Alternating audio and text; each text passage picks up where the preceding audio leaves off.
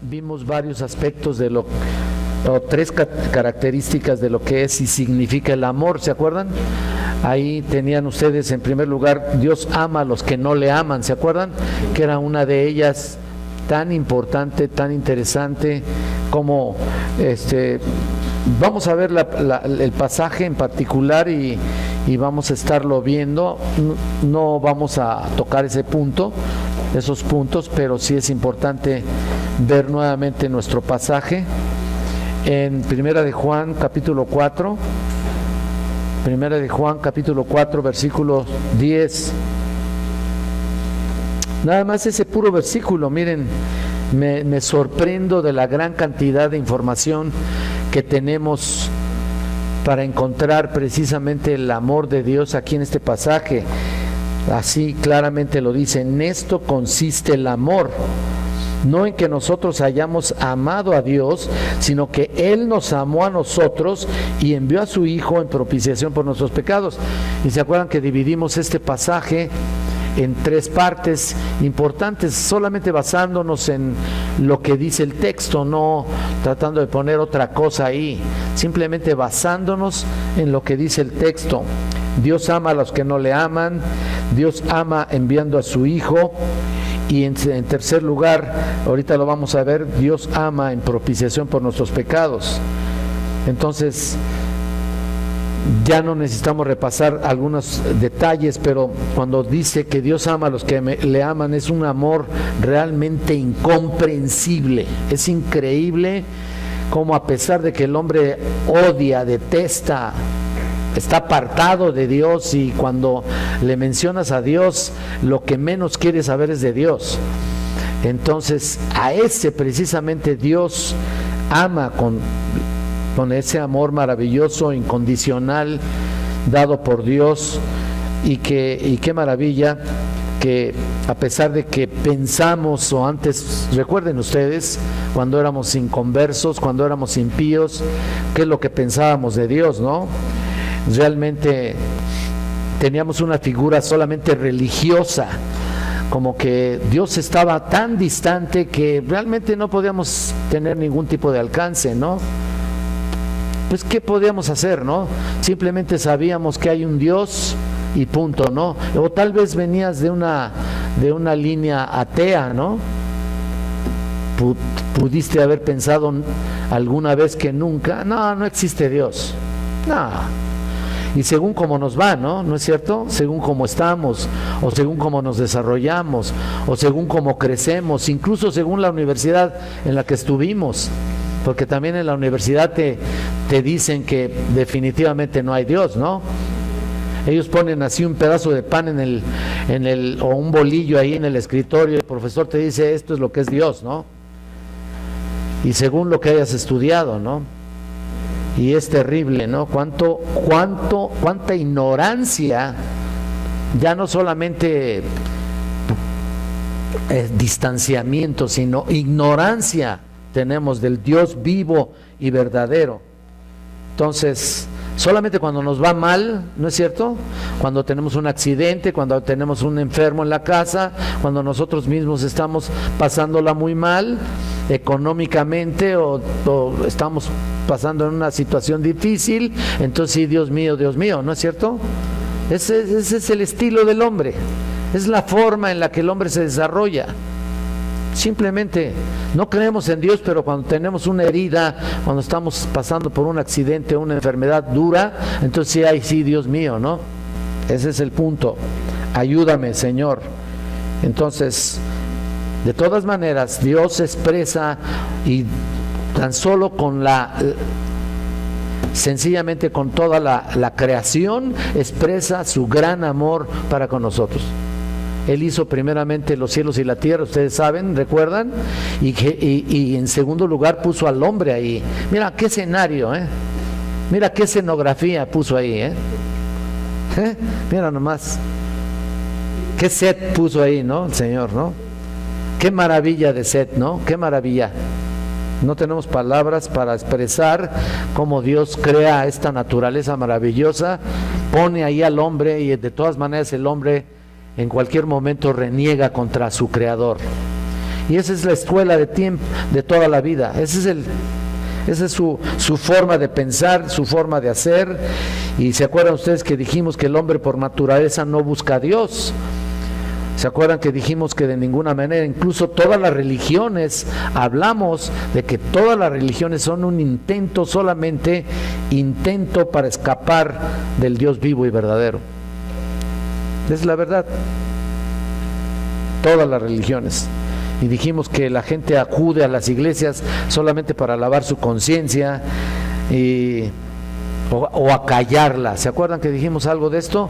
No sé si hayas apuntado algunos puntos ahí o si nomás tengas la hojita ahí, pero bueno, no importa. Lo importante es de que nos demos cuenta que no existe nada como el amor del Todopoderoso. Los hombres por lo general no aman lo que ignoran, dijimos, o los que les hacen un mal, mucho menos aman lo que odian. Ellos aman más las tinieblas que la luz. ¿Por qué? Pues realmente porque sus obras son malas. Cuando vienen a la luz se manifiesta todo. Mientras están en la oscuridad, pues están, o sea, no se les nota nada aparentemente, ¿no? Pero cuando vienen a la luz, o cuando viene o pudieran predicarles a las personas de la luz admirable en Juan 3:19, ellos rechazan la luz porque aman profundamente las tinieblas. Así estamos. Y sin embargo, más Dios muestra, ¿te acuerdas lo que dice ahí en Romanos 5:8, no? Su amor para con nosotros, en que aún siendo pecadores, ¿qué? Cristo murió por nosotros. Y les dije que a pesar de, esa frase es interesante, ¿no? Dios muestra su amor para con nosotros en que siendo a pesar de ser pecadores, Cristo muere por ti y por mí. Bueno, ya hablamos de muchas cosas. Él llena y sustenta todas las cosas tan solo con la palabra de su poder. Entonces, Él llena todo. Él te da toda la oportunidad, le da a todo ser humano la oportunidad de conocerlo. No hay un solo ser sobre la tierra que no tenga la oportunidad de conocer al Dios vivo y verdadero. A todos les da la misma oportunidad. A ti y a mí nos dio la misma oportunidad que cualquiera que sigue ahí en sus delitos y pecados. Nos da la misma oportunidad. Obviamente entendemos que comprendemos las doctrinas de la gracia, la elección, etcétera, etcétera, ¿no? Y sabemos que ya todavía hay gente destinada, o sea, todavía hay gente elegida, a pesar de que todavía no se inclina ante su Creador, a pesar de que todavía no viene a los pies de Cristo, hay tanta gente elegida, no sabemos. Entonces, por eso es que es necesario llevar el Evangelio, ¿no? No parar. Y luego también vimos que Dios ama enviando a su Hijo, sino que Él nos amó y envió a su Hijo. Qué tremendo. Cuando dice Él nos amó, ¿se acuerdan que les dije que indica ahí en el griego un auristo, un verbo auristo, que siempre nos ha amado? Eso es lo que significa una auristo. Un verbo auristo que todo el tiempo nos ha amado, desde el pasado, pero además señala que no hicimos ningún acto, ningún tipo de ocasión para con Dios. Pero Él sí. Hizo a un lado todos tus pecados, hizo a un lado absolutamente todas tus ofensas, todos tus resentimientos contra Él, lo hizo a un lado y te amó desde antes, ¿no es cierto? Nos ama a todos por igual. Desde luego, cuando venimos a Cristo, el amor de Dios ya se manifiesta de una manera distinta, ¿te das cuenta? Ahora, como sus ovejas, como sus hijos verdaderos, ya su amor se manifiesta con un cuidado específico. Ya no es el amor genérico hacia todos los seres humanos. Ya ahora el Señor nos da un amor especial, tiene un cuidado de ti, tiene un cuidado especial. ¿Por qué? Porque eres su oveja, porque estás bajo su cuidado. Qué maravilla, ¿no? ¿No le das gracias a Dios por eso? Luego oigo que dicen amén y gloria a Dios, pues este es el momento, ¿no? Al menos yo observo y estudio y digo, ay, hay veces que me quedo así en la computadora, de veras glorificando al Señor, porque hay veces que todavía no lo entendemos, todavía no lo comprendemos, todavía ese amor todavía no lo asimilamos correctamente. Todavía estamos creyendo incluso que nos lo merecemos, como yo a veces digo de broma, no te lo mereces, pues no nos merecemos nada. Imagínate su amor, pues tampoco, pues ¿qué nos vamos a merecer? ¿Qué nos merecíamos? La muerte, la condenación, ¿no? Ahí estábamos todos en el mismo barquito, en el mismo camino, en la misma línea. Ahí íbamos todos íbamos como ovejas al matadero, ¿no es cierto? Pero Dios, con su gran amor con que nos amó, el Hijo del Hombre, dice Lucas 19:10, vino a buscar y salvar lo que se había perdido. Todos nosotros estábamos perdidos, no sabíamos ni qué hacer, y llegó un momento en que, como dice en 1 Juan 4:9, en esto se mostró el amor de Dios para con nosotros, en que Dios envió a su Hijo unigénito al mundo para que vivamos por Él. No solamente te trae, fíjate nomás qué maravilla, ¿no? Yo todo lo que me estoy pensando cuando estudio la soberanía de Dios en detalle, ¿no? No solamente nos ama desde antes de la fundación del mundo, escoge, ¿no? Sino que espera pacientemente todas nuestras locuras, soporta pacientemente todas nuestras iniquidades y espera pacientemente el momento oportuno para que vengas a sus pies. Pero hay veces que pasan demasiados años, ¿no es cierto? Hay gente que se ha convertido grande, ya bastante grande, y luego te das cuenta y dices tú, ay Señor, ¿por qué no me convertía antes? ¿No es cierto? Era en el tiempo del Señor, ¿no? Y hay gente que se convierte muy joven. Qué importante es entender que cuando te conviertes muy joven, los jóvenes que están aquí, inviertan su vida realmente para Cristo, para Dios. Tenemos una sola vida, no podemos menospreciarla o invertirla en tantas tonterías. Perdón que lo diga, no estoy hablando de que, perdón, pero parezco demasiado agresivo en mis expresiones en algún momento, pero no es el hecho de querer agredirlos a ustedes, sino más bien es la realidad de la vida, ¿no es cierto? ¿Cuántas tonterías cometemos? Fíjense nada más, traspasado de muchos dolores. Ahí está, esos dolores que tanto le hemos provocado a nuestro Señor. Y ahí está esperando pacientemente el tiempo de que vengas a una nueva vida.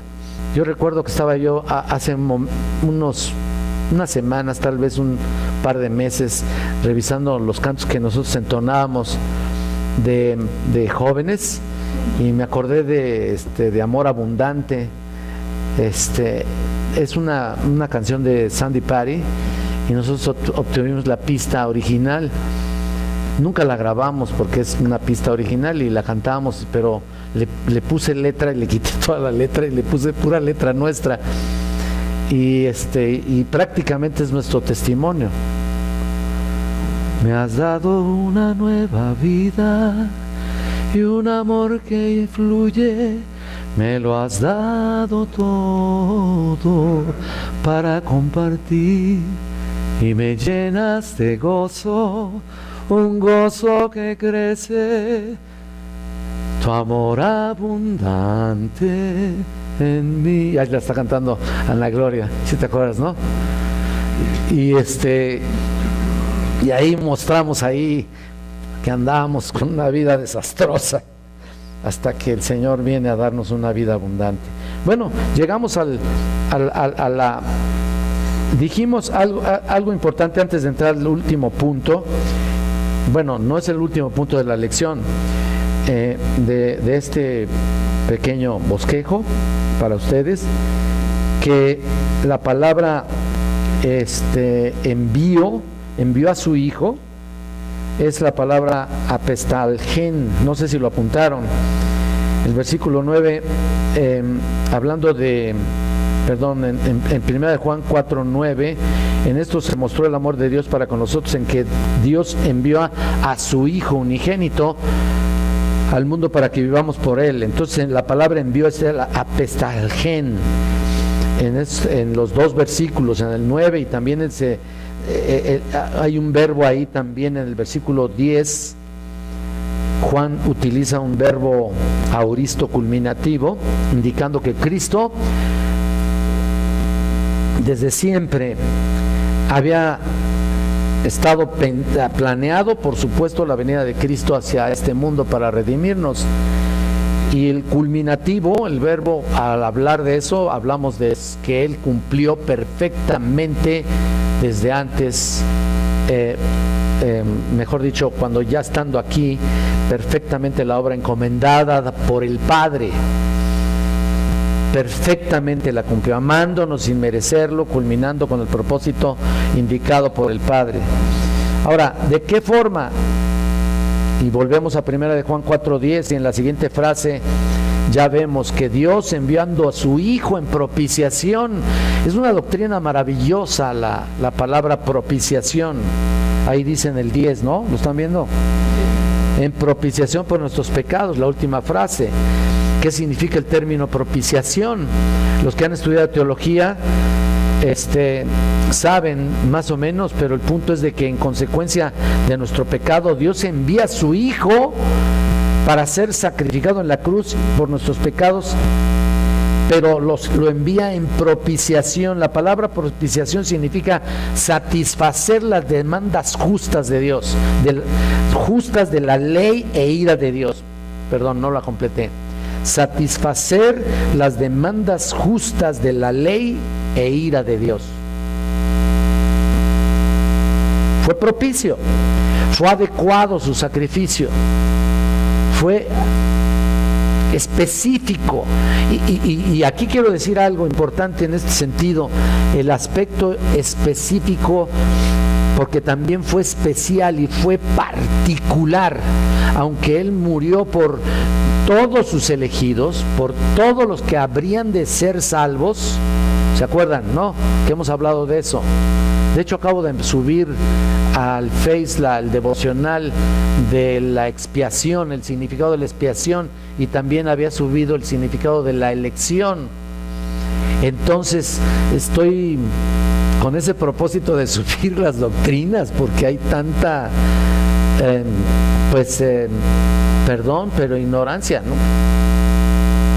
De hecho, cuando subes algo así como de lo de la elección, ya hasta puede ser ofensivo para muchos, ¿no?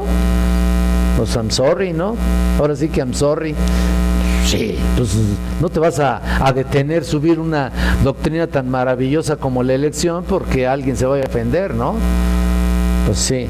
Y esta doctrina también es maravillosa porque, mire, no solamente es propicio el sacrificio de Cristo para tu vida, sino que además es especial y es particular. A lo que quiero decir es que la salvación es independiente para cada uno de nosotros, y en los cuales incluye, por supuesto, el perdón. Pertenece al idioma incluso del apaciguamiento. Y esto es muy importante porque Dios estaba airado. O sea, fíjate que parece contradictorio, ¿no? Por un lado nos ama, por supuesto, pero no ama nuestro pecado. Entonces, por lo tanto, la ira de Dios estaba sobre todos, ¿no? Ahí está el punto. Perdón. Es esta cosa, como tengo las orejas muy chiquitas, luego se me zafa. Entonces, pertenece al idioma del apaciguamiento y está dirigida a la necesidad que emana de la realidad de la ira de Dios. Y entonces, como tal, quiere decir la desviación de la ira de Dios por medio de una transacción o sacrificio propicio o apropiado.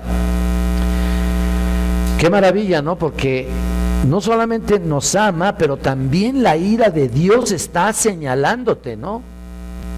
Está señalando. Tan solo ustedes saben que cómo el hombre, al manejarse en todas sus actividades, en toda su vida, ¿qué es lo que pasa? Lo único que hace es pecar. Lo único que hace es estar en completa, perdón, la palabra se me fue ahorita, pero es en cosas impías, ¿no?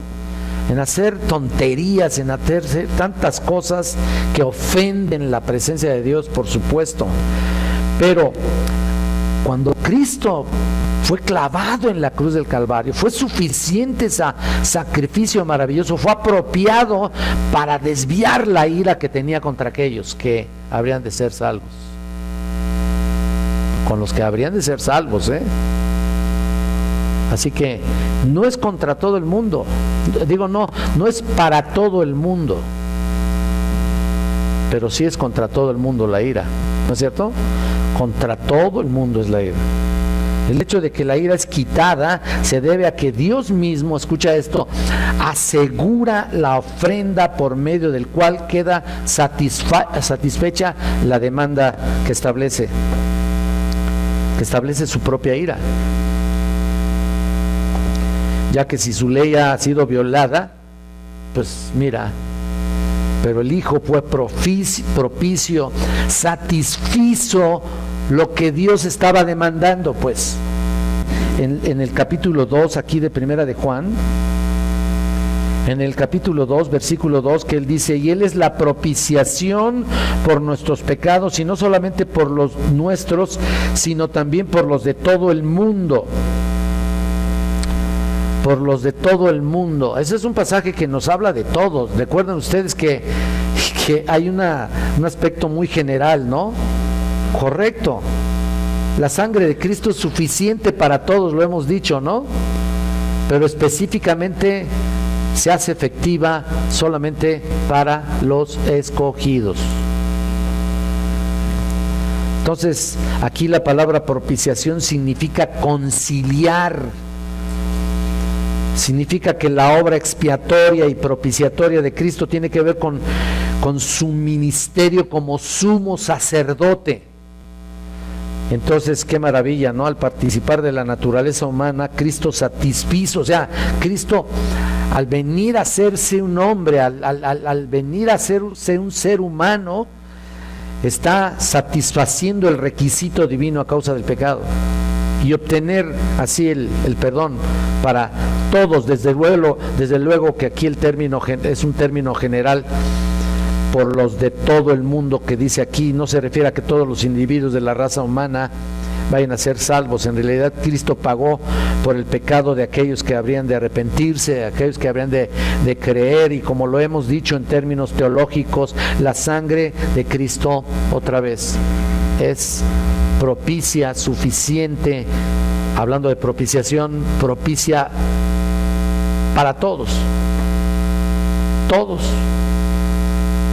pero se hace de una manera específica y particular a aquellos que son elegidos por Dios. Sin embargo, otra vez, propiciación es el verbo hilasmos con H, hilasmos. Y es importante ver este verbo porque que no señala una simple cancelación, fíjate la definición, una simple cancelación o perdón de pecados, sino el perdón o cancelación del pecado que incluye otra vez la desviación de la ira de Dios.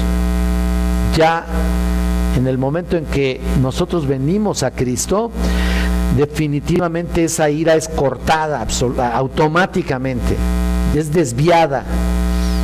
Por lo tanto, ahorita por lo pronto está esa ira sobre todos los seres humanos, impíos, aquellos que no han querido nada, aquellos que viven sus vidas como sin Dios y sin esperanza. Lo ves, ¿no? En la Biblia, ¿no? ¿Cuánta familia tenemos así, no es cierto? Ponte a pensar solamente en alguna familia tuya. Montones, ¿no?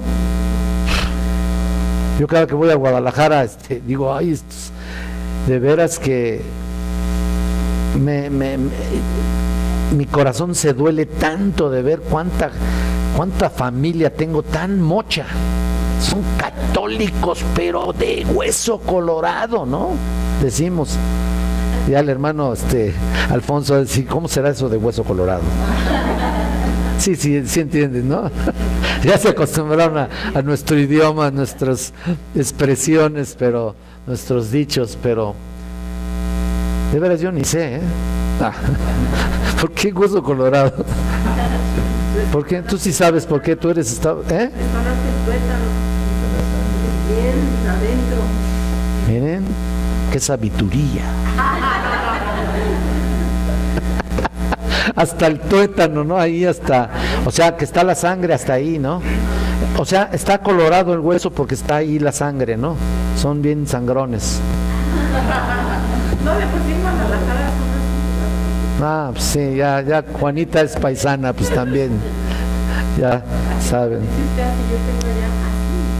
Sí, qué tristeza, ¿no? Qué tristeza. Todas mis parientes ahí perdidos en sus delitos y pecados. Tremendo. Bueno, noten que ahí la ira de Dios es clave. Volviendo a repetir la definición aquí, no solamente la cancelación, el perdón del pecado, sino que incluye la desviación de la ira, ¿no? Ahora, la ira de Dios es clave, les digo, porque su ley establece que el alma que pecare, ¿qué?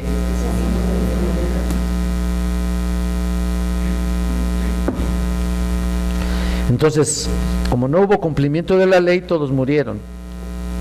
Tan simple como eso, ¿no? Todos mueren, no hay cumplimiento de la ley, pues todos están desviados, por tanto, la paga del pecado, ¿qué? Es muerte. El alma que pecare, esa también morirá. Entonces, la paga, muerte. Así. Pero desde que nacemos, ya lo hemos dicho, ¿no? En embrión vieron tus ojos, somos pecadorcitos. Es decir, ya saben ustedes, si sus niños están bien lindos, bien bonitos, pero son pecadorcitos. Obviamente entendiendo que hay una edad determinada, ya hemos hablado de esto, donde hay una yo creo que incluso ya le quitamos lo de la inocencia, Sí, yo creo que ya le quitamos la inocencia. No es la inocencia. Sí, Malenita. Sí, claro. Ay. Uy, como que se fue hasta los No, yo tenía una tía que decían estos dictadores, decían. Los reyes. No, pero miren, hay niños que se portaban muy bien. Por ejemplo, yo de niño era un niño maravilloso. Pregúntenle a mi mamá, en serio, de veras, ven a Lucas ahí a mi nieto y dice, ay, igualito a Enrique. Seguramente Enrique, pregúntenle a mi mamá, en serio, pregúntenle. No estoy echándome ni nada, pregúntale. Yo era bien portadito, me decían, siéntate ahí me quedaba. No, en serio. Pero yo no controlaba a nadie. No. De veras, era bien portadito. Pero de todas maneras era pecador, así que olvídense. No me salvaba, definitivamente. Entonces, su ira contra el pecado no puede ser aplacado. Esta es una cosa importante que tenemos que ver. Su ira no puede ser aplacada por nuestras obras o nuestro buen comportamiento, por lindos y chulos que estemos de bebés. No puede ser aplacada por tampoco las buenas obras. Ya saben ustedes, no por obras para que nadie se gloríe. Las buenas acciones para justificar tus pecados solo obstruyen, escucha esto, su justicia. O sea, mira lo que dice Isaías, pero mira el hecho tremendo, ¿no? Perdón, solo obstruyen. Dije no solo obstruyen, no, solo obstruyen su justicia. O sea, vean el capítulo 64. Ustedes se acuerdan de ese pasaje, lo leemos con frecuencia aquí y a cada ratito estamos señalando lo que verdaderamente somos, y todas nuestras obras son sucias. Si bien dice en el versículo 6, todos nosotros somos como suciedad. Fíjate, no solamente vamos a leer lo terrible del final de este versículo, sino que dice, todos nosotros somos como suciedad. ¿Sabes qué es eso? Vean nada más, qué tremendo cómo nos describe aquí. Y todas nuestras justicias como trapos de inmundicia. Qué tremendo. Y caímos todos como la hoja, y nuestras maldades nos llevaron como viento. Órale, ahí vamos, al cumplimiento de nuestros sentimientos y de nuestros procederes, ¿no? Ahí vamos corriendo a cometer toda clase de tonterías y de pecados, ¿no? Pero si ustedes no lo saben, los que algunos no lo sepan, es como una exclamación aquí de indignación de parte de Dios. Es una exclamación de la indignación de Dios por todos aquellos que hacen buenas obras para tratar de justificarse. Y lo que significa aquí es que son trapos de inmundicia. En realidad emplea la imagen de paños menstruales, utilizados durante el periodo de una mujer, ¿no? Pero también me sorprende el que somos como suciedad. ¿Sabes qué es eso? Popó, perdón que lo diga. Desechos humanos. Terrible. Ahí está. Pues entonces, qué terrible situación estábamos nosotros. Una sociedad espiritual que más bien es suciedad. Estábamos en una suciedad terrible, ¿no? Esas son las obras humanas. Pero noten que Dios mismo también está proveyendo una salida aquí, una salida para el pecador, para que el pecador pueda encontrar el perdón. Y noten que por ser Él justicia, escucha esto, por ser Él justicia perfecta y porque su ley ha sido violada, el pecado tenía que ser juzgado. Entonces la ira de Dios tiene que ser satisfecha. Y fíjense ustedes aquí, el punto es de, como dijimos, que el mismo juez supremo que es Dios provee para satisfacer su propia justicia enviando a su Hijo. No hubiéramos encontrado ninguna salida por nosotros mismos. Él envía a su Hijo para el sacrificio en nuestro lugar. Ese es el amor perfecto. Ahí está. Y por lo cual tenemos que estar conscientes de todo lo que Dios hace. Por eso les quise compartir esta parte tan importante para comprender la inmensidad de su amor que gobierna y es maravilloso en toda la extensión de la palabra. No tenemos palabras para expresarlo realmente. Nuestro idioma, incluso, yo lo decía en otros estudios, queda corto, sinceramente, para expresar el amor maravilloso de Dios. No entra en ningún concepto humano, ¿me explico? No cabe en ninguna filosofía humanista. No entra, no sabemos. Es tan grande que no. Ahora vamos a seguir observando lo que el hermano Pink nos tiene. Esa fue una parte distinta, pero no fue propiamente de Pink. Pero sí vamos a regresar a ver lo que ahí tienen, incluso en sus notas les puse ahí, que a partir de ahí vamos a ver algo, lo que dice el hermano Pink. Esto es dice él aquí, que es una urgente necesidad que se hace evidente, no solo por la ignorancia general que prevalece, lo que estoy diciendo, sino también por el estado tan bajo de espiritualidad, que triste en decirlo, pero es característica general de muchos, incluso, escuchen esto, lo que dice él, que profesan ser creyentes. Así estamos, así la iglesia, así está. ¿Por qué creen que andan luego tantos ahí evangelistas? Porque no es otra cosa más que evangelistas tratando de sacar avivamientos y avivamientos y avivamientos. ¿Por qué? Porque ven bueno, yo creo que ni siquiera tienen la capacidad de ver el nivel espiritual en el que verdaderamente están las ovejas, pero hay una degradación terrible del concepto espiritual que el cristiano debería tener, y ha bajado su estándar espiritual hasta los suelos. Hay una frialdad espantosa, hermanos, se los digo en serio.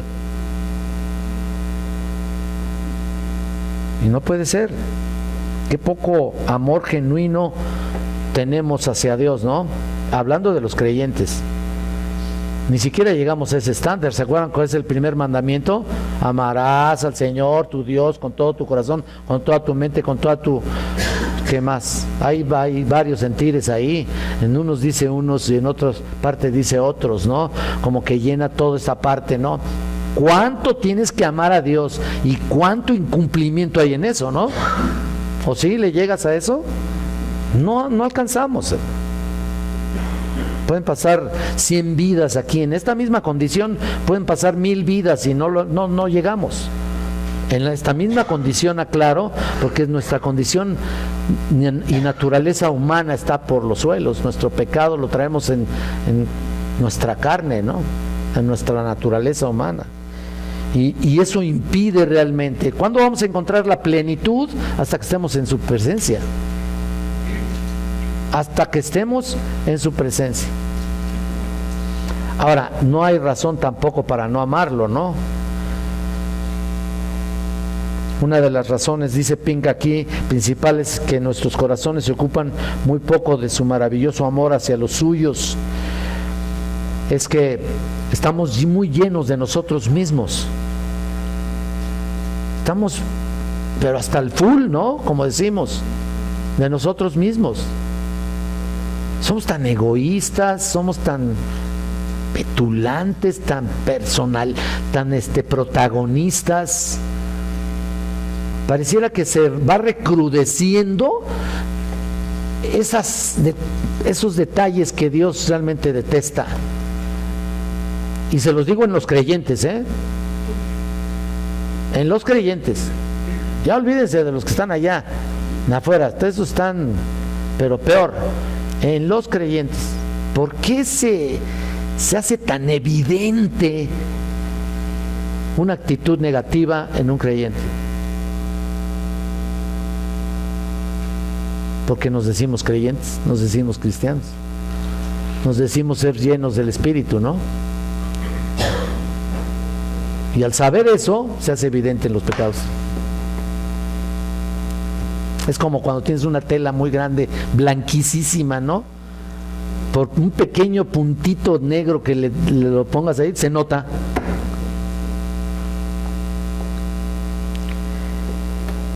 Vean el primer punto que tiene ahí el hermano Ping, dice que el amor de Dios es inherente.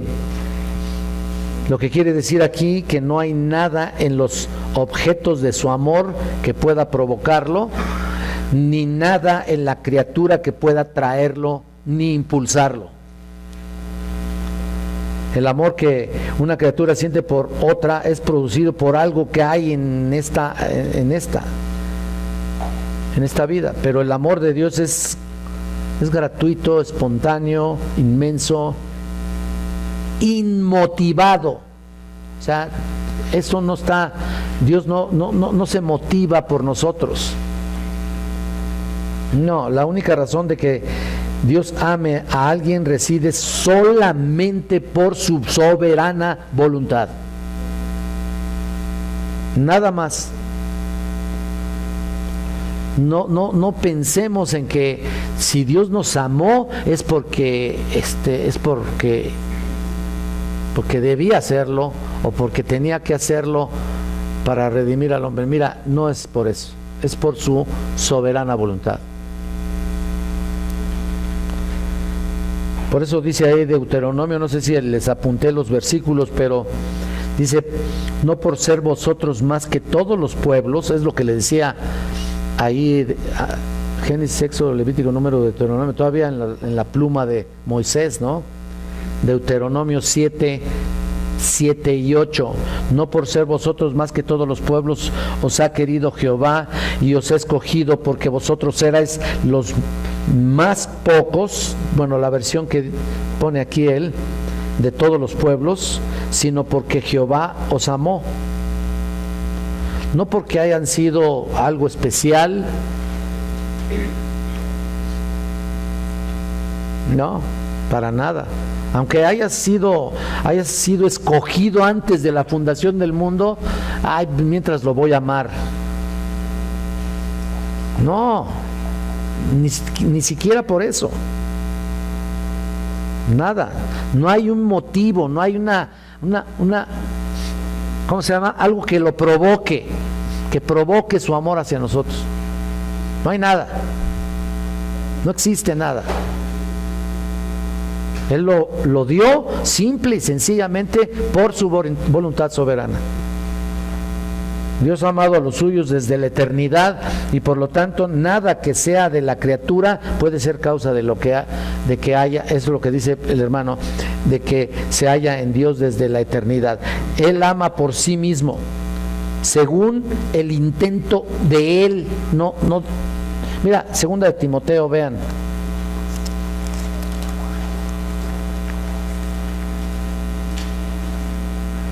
Segunda de Timoteo 1:9, que dice aquí: quien nos salvó y llamó con llamamiento santo, no conforme a nuestras obras. ¿Lo estás viendo? Sino según el propósito suyo y la gracia que nos fue dada en Cristo Jesús antes de los tiempos de los siglos. Wow. Nosotros le amamos a Él porque Él nos amó primero. También esa es la frase que dice primera de Juan 4:19, ¿no? Él nos amó primero. Dios no nos amó porque nosotros le amábamos, sino porque nos amó antes de que tuviésemos una sola partícula de amor hacia Él. Pues por supuesto, si Dios nos hubiera amado correspondiendo a nuestro amor, no hubiera sido espontáneo, pero porque nos amó cuando no había amor en nosotros, es evidente que nada influyó en Él para dárnoslo. Así que si Dios ha de ser adorado y el corazón de sus hijos probado, es importante que tengamos claras ideas acerca de esta verdad preciosa. El amor de Dios hacia cada uno de los suyos no fue motivo absoluto por nada que hubiera en nosotros. ¿Qué había? No había nada. ¿Qué había en mí que atrajera el corazón de Dios? Yo me pregunto eso, a cada momento lo hago. Y se los dije creo la semana pasada. Dios mío, ¿por qué? ¿Para qué? O sea, tan viles que somos, tan pecadosotes que somos, aún como creyentes traemos en la propia humanidad el pecado. ¿Para qué?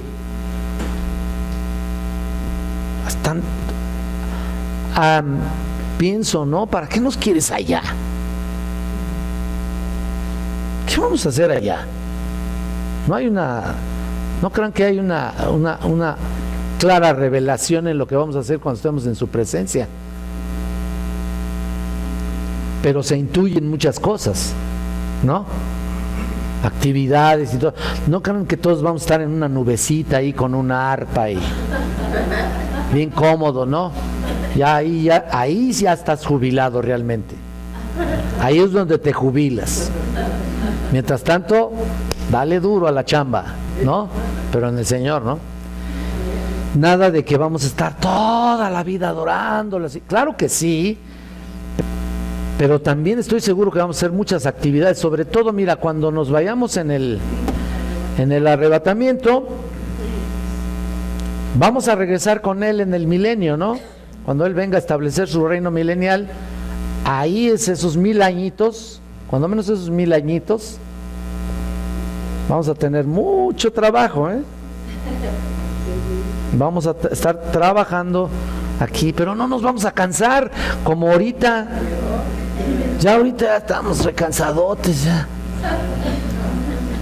Ya pido vacaciones, pero no me las dan aquí los ancianos, quién sabe. No.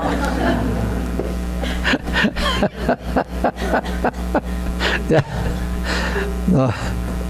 Vean, nos cansamos, ¿no? Y más cuando estamos más grandes, ¿no? Y cada vez más nos vamos cansando más.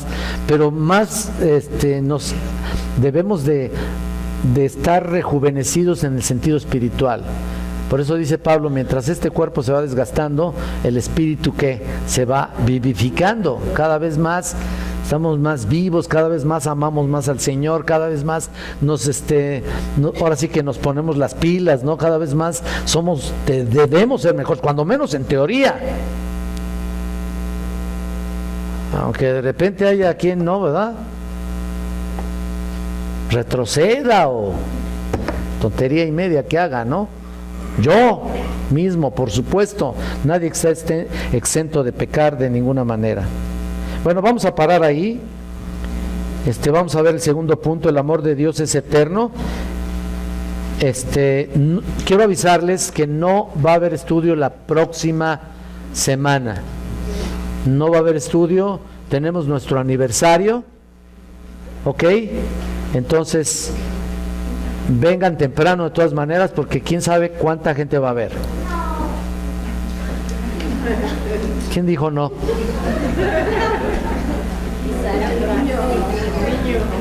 ¿Quién? ¿Isaac? Ah, pues es que él va a traer las tortas ahora sí, a ver si ya se aplican, ¿no? Se aplican para las tortas para los ancianos, digo, ya no son ahora una, y ahora van a ser 4, no os hagáis. Bueno, ok, hermanos, vamos a orar y vamos a preparar nuestro corazón para nuestra reunión. Eterno Padre Celestial, te damos muchas gracias, Señor, por tu bondad. Gracias, Señor, porque nos seguimos maravillando de tu bendita palabra, de tu bendito amor. Ayúdanos siempre, Señor, a estar hasta el tope realmente de tu presencia, llenos de ti, llenos de tu sabiduría maravillosa para compartirlo, por supuesto, a otros. Ayúdanos, Señor, a entenderte bien lo más que podamos en nuestra mente limitada, en nuestra mente finita, en nuestra mente afectada por el pecado. Señor, ayúdanos a entenderte lo más que se pueda. Padre, danos esa oportunidad, eterno Dios, y tú seas glorificado en nuestras vidas, en todos nuestros procederes, que sean para tu gloria.